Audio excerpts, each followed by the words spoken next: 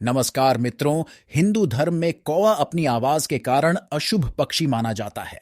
इतना ही नहीं, शास्त्रों में कौवा को यम का दूत भी बताया जाता है।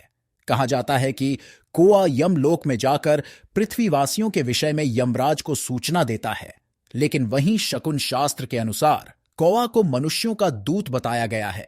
कहा जाता है कि यमराज के साथ साथ कौवा मनुष्य को भी शुभ और अशुभ संकेत की सूचना पहले दे देते हैं। तो आइए जानते हैं कब और कैसे देता है कौवा शुभ और अशुभ सूचनाएं। कौवा में ऐसी शक्ति होती है कि वह आने वाले समय को पहले से ही जान लेता है। हमारे पूर्वज कौवा के जरिए हमसे संपर्क करते थे और हमें आने वाली घटनाओं के बारे में सूचित करते हैं।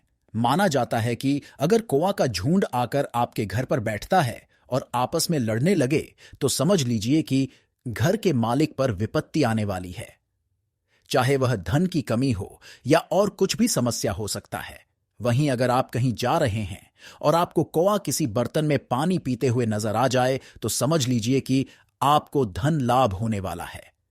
अगर आप किसी काम से कहीं जा रहे हैं तो वह काम आपका सफल हो जाएगा। आपने वो कहावत तो सुनी ही होगी, झूठ बोले कौवा काटे।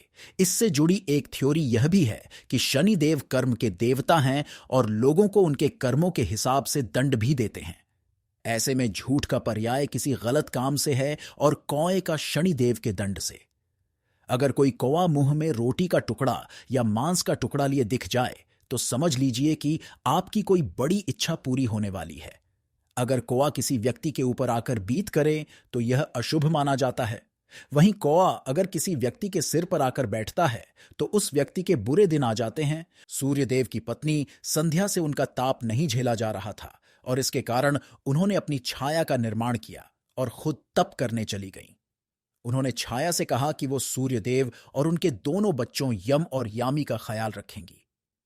छाया भी संध्या की आज्ञा को मानते हुए कई वर्षों तक यही करती रहीं।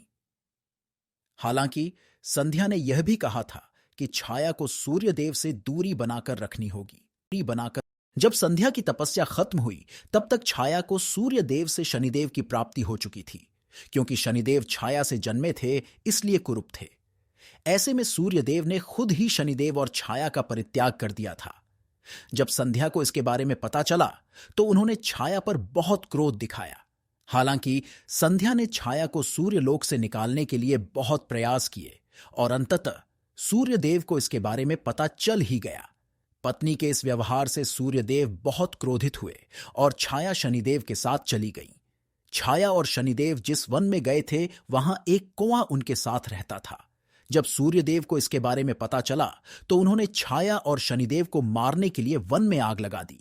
छाया तो परछाई थी इसलिए वो आसानी से आग से निकल गई। उस वक्त कौए ने ही शनिदेव को उस आग से निकाला था। यही कारण है कि कौवा उनका प्रिय वाहन बन गया।